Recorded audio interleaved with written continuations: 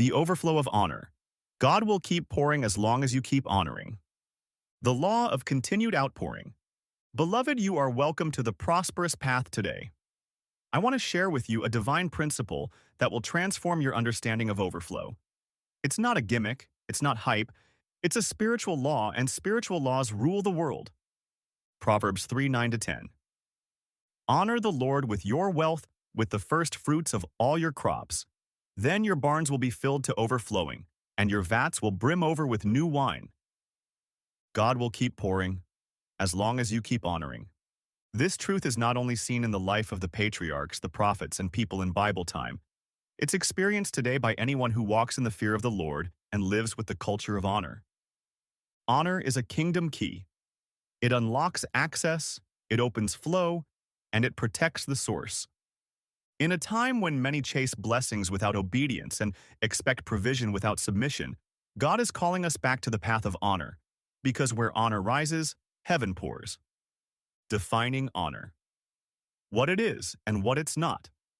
Let's start by understanding what honor really is.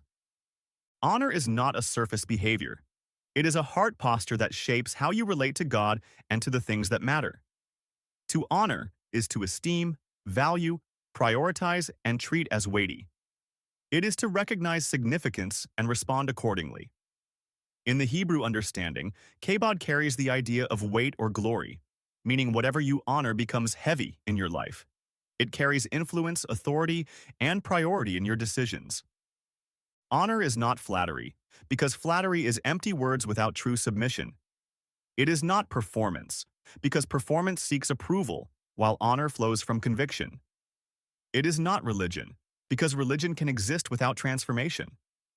Honor goes deeper than all of these. Honor is alignment. It is when your heart, your choices, and your actions come into agreement with God's value system.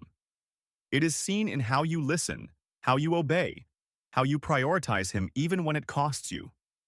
Honor says, God, you matter more than my feelings, my comfort, or my convenience.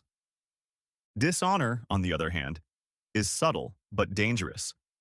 It is not always rebellion. It often begins as casualness.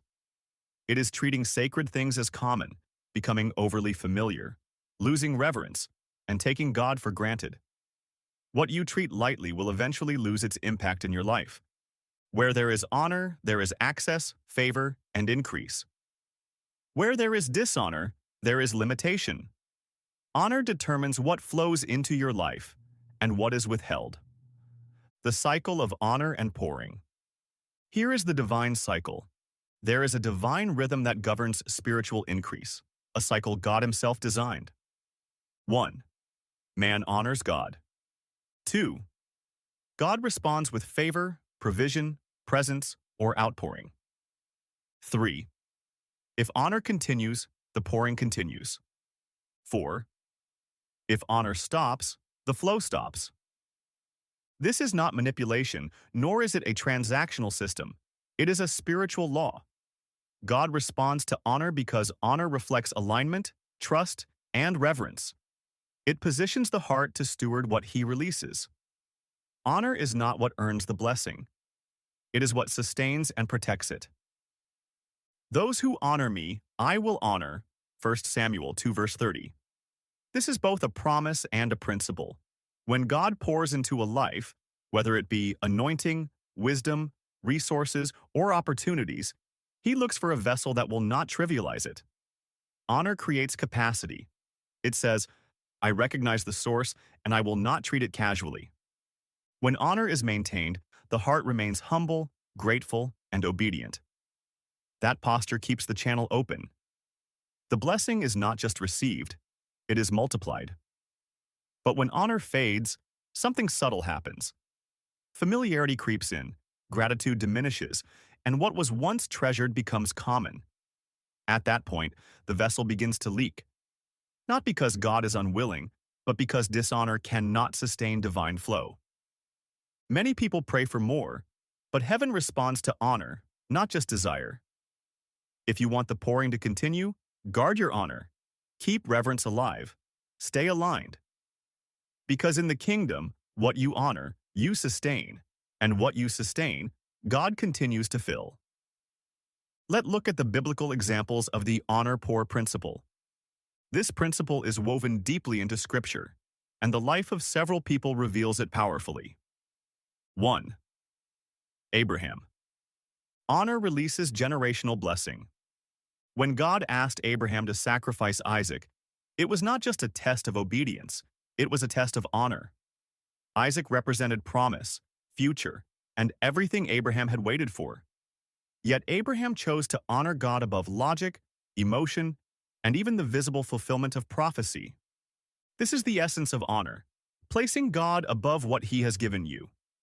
Abraham's response showed total trust. He believed that even if Isaac died, God was still faithful. That level of honor created an atmosphere for divine intervention. Before the sacrifice was completed, God provided a ram and reaffirmed his covenant. Because you have not withheld, I will bless you. Genesis 22:16-18. The result was not just a momentary reward, but a generational outpouring, blessing, multiplication, and a legacy that would impact nations. Honor did not just unlock provision, it secured destiny. When you honor God at the level of sacrifice, you move beyond temporary blessings into covenant-level pouring, where what God releases over your life outlives you. 2. Elijah and the widow. Honor unlocks overflow. In 1 Kings 17, the story of Elijah and the widow reveals a powerful dimension of honor under pressure. The widow was in a season of extreme lack, down to her last meal, preparing for what seemed like the end. Then came a divine interruption. Elijah said, "Feed me first." This was not insensitivity, it was divine order. God was inviting her into the honor-poor cycle. Honor, especially in scarcity, is not convenient, it is sacrificial. It requires trusting God beyond what is visible. The widow chose to honor the word of the Lord over her fear. She gave first, not because she had abundance, but because she believed in God's instruction. That single act shifted her from survival into supernatural supply. The jar of flour was not used up, and the jug of oil did not run dry. Notice the pattern. The miracle was not a one-time overflow, it was a sustained supply. As long as honor remained, the pouring continued. Her obedience created a channel that lack could not shut down. In the kingdom, when you honor God first, even in your last, He ensures you are never truly empty. God kept pouring because she kept honoring. 3. Hannah. Honor releases fruitfulness. The story of Hannah reveals that honor is not just about giving, it is about trusting God with what matters most. In her deep pain of barrenness, Hannah made a vow. "If you give me a son, I will give him back to you." This was not a bargain, it was an act of surrender. She was willing to release her miracle back to its source. When God answered and gave her Samuel, Hannah followed through. She did not delay, negotiate, or grow attached in disobedience. She honored God fully. That level of integrity activated something powerful. In 1 Samuel 2:21, we see the result. God gave her more children. This reveals a profound truth. Honor does not reduce your life, it expands it. What you release to God does not leave your life. It enters your future in multiplied form. Honor breaks the fear of loss and replaces it with confidence in God's ability to restore and increase. Many hold tightly and remain limited. But those who honor God with their Isaac or Samuel step into supernatural fruitfulness. Honor doesn't deplete, it multiplies for. Jesus, in his hometown, dishonor stops the flow. In Mark 6, Jesus could do no mighty works in his hometown. Why? A prophet is not without honor except in his own country. Their dishonor limited what heaven could do. Even Jesus, full of power, wouldn't override the law of honor. 4. The woman with the alabaster jar. Extravagant honor. The account of Mary of Bethany, often associated with the woman who broke the alabaster jar, reveals a dimension of honor that goes beyond duty. Extravagant, uncalculated devotion. She took her most valuable possession, costly perfume, and poured it out on Jesus. In one moment, she released what others would have preserved for a lifetime. To the observers, it was wasteful, excessive, even irresponsible. But heaven does not measure value the way men do. What looked like loss in the natural was seen as honor in its purest form. Jesus defended her act and gave it eternal significance. Wherever the gospel is preached, this woman's story will be told. Why? Because honor that costs you something leaves a mark that time cannot erase. She did not wait for the right moment or public approval. She discerned the worth of Jesus and responded with total surrender. That is the essence of extravagant honor, giving your best without reservation, calculation, or fear of judgment. And in return, she receives something greater than material wealth, a legacy woven into eternity. Honor, especially when it is sacrificial, does not just touch God, it echoes across generations. What does honor look like today? We're not living in the days of Elijah or walking with Jesus in Galilee. So how do we honor God now, in our modern age? 1. Honor with your heart. God is not moved by empty expressions. He seeks sincerity. Honor begins within, not with polished words but with a yielded heart. Worship is more than a melody. It is a posture of reverence, awe, and genuine devotion. These people honor me with their lips, but their hearts are far from me. Isaiah 29:13. True honor aligns your inner life with your outward expression. It is possible to say the right things yet miss God entirely. But when your heart is engaged, humble, attentive, and surrendered, your worship becomes authentic, and your connection with God becomes real and powerful. 2. Honor with your time. Time is life in measurable form. Once spent, it cannot be recovered. When you give God the first part of your day, you declare His priority over every demand and distraction. You are saying, "You come first." It is not about length, but intentionality. A focused moment with God carries more weight than distracted hours. When you consistently prioritize Him above your phone, tasks, and schedule, you align your day with His presence. Honor in time invites divine order. What you place first determines what follows. 3. Honor with your decisions. True honor is revealed in the choices you make. Bible wisdom says, "Acknowledge Him in all your ways." Proverbs 3:6. This means inviting God into the process, not just the outcome. Don't consult Him after you've decided. Honor Him before you move. When you seek His direction first, you show trust in His wisdom above your own understanding. Honor in decision-making aligns your steps with purpose and prevents costly detours. It turns ordinary choices into guided pathways where God doesn't just approve your plans, He establishes them. 4. Honor with your body. Your body is God's temple. Do you not know that your bodies are temples of the Holy Spirit? 1 Corinthians 6:19.